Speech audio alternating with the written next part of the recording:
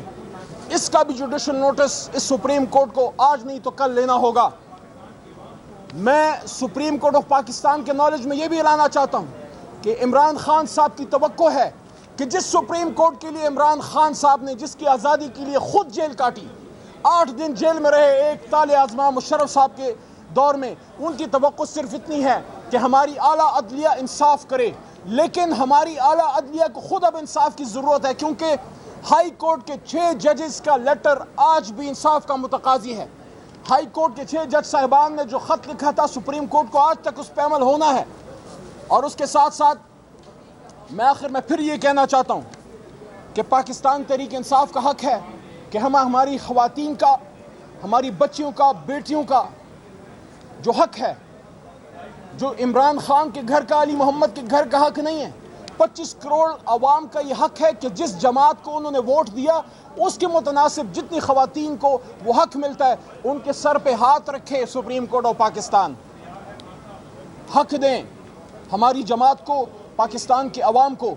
اور ایک اور بھی قانونی نکتہ ہے سامنے میں رکھ دوں، حالانکہ ہمارے وکیل جناب سلمان اکرم راجہ صاحب نے، میں سمجھتا ہوں بہت بہتر طریقے سے بینچ کے سامنے بھی رکھا.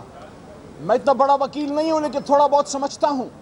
ریویو پٹیشنز میں کبھی بھی فیصلے کے میرٹس کو ٹچ نہیں کیا جاتا.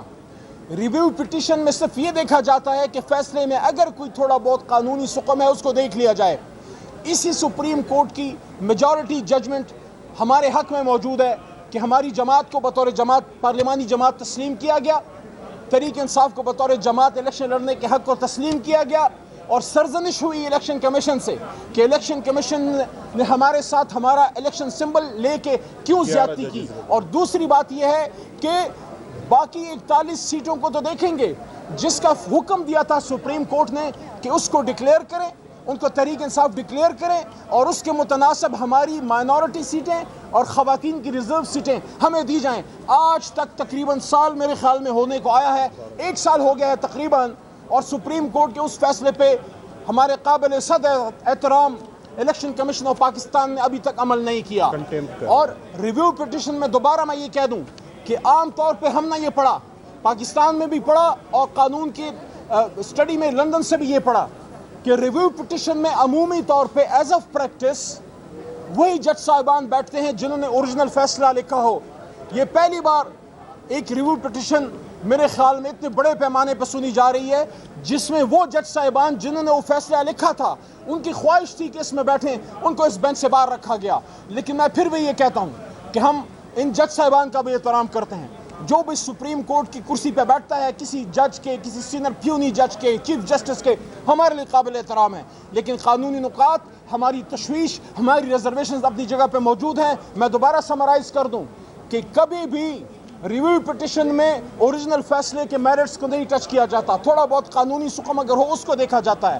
اور ریویو پٹیشن میں وہی جج صاحبان بیٹھتے ہیں جنہوں نے اوریجنل فیصلہ لکھا ہو. اور تیسرا، جو حکم الیکشن کمیشن نے پچھلے سال دیا تھا الیکشن کمیشن کو سپریم کورٹ نے، اس پہ ابھی تک عمل درآمد کیوں نہیں ہوا؟ اور جتنا ہمارا حصہ بنتا تھا کم از کم وہ تو دیتے اس فیصلے کے تناظر میں. اور آخری بات، ہمیں ہماری سیٹیں ملتی ہیں یا نہیں ملتی وہ تو رب کو پتہ ہے، لیکن اس سیٹ میں سے ایک سیٹ کا بھی حق حکومت کا نہیں ہے.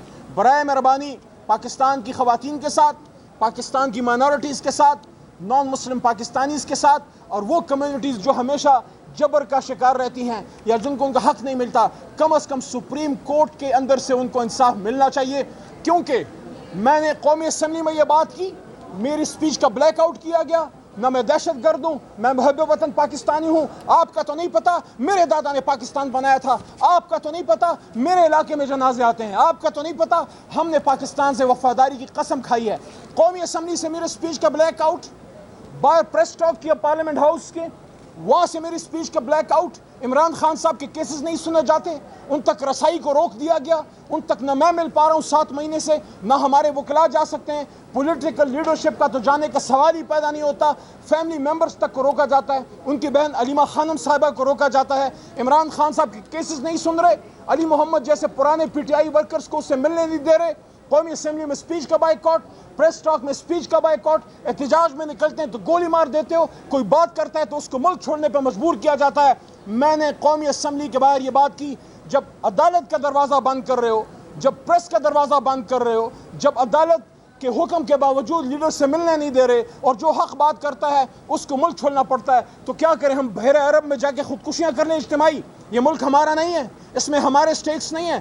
25 کروڑ کے ملک میں سمجھ میں نہیں آتا کہ یہ میں اس قوم کو سلام پیش کرتا ہوں، اس کی غیرت کو سلام پیش کرتا ہوں کہ چارپائی پہ، بیگ پہ میرا جو نشان تھا وہ مچھلی پہ، ڈالفن پہ، اور پتہ نہیں کس کس چیز پہ، ڈھول پہ اور چڑیا پہ، اور ان چیزوں پہ جا کے اس قوم نے گلی گلی پوچھا۔ ماضی میں کینڈیڈیٹس جماعتوں کے لوگوں کے پاس جاتے تھے مجھے ووٹ کرو، یہ علیحدہ الیکشن تھا جس میں عوام پیچھے پیچھے پھرتے تھی کہ میرے تحریک انصاف کا وہ کینڈیڈیٹ جو عمران خان کا سپاہی ہے، جس کو بلہ ملنا تھا اس کو بلہ نہیں ملا، میں جا کے چیک کروں میرے کینڈیڈیٹ کا نشان چارپائی ہے، بیگ ہے، کیا ہے؟ سلام ہے پاکستانی قوم، آپ کی کمٹمنٹ ڈیموکریسی سے اور عمران خان صاحب سے میں پھر کہہ رہا ہوں ہم سپریم کورٹ سے توقع کرتے ہیں، کیونکہ سپریم کورٹ کے بعد تو پھر امید ختم ہو جائے گی۔ بہت شکریہ۔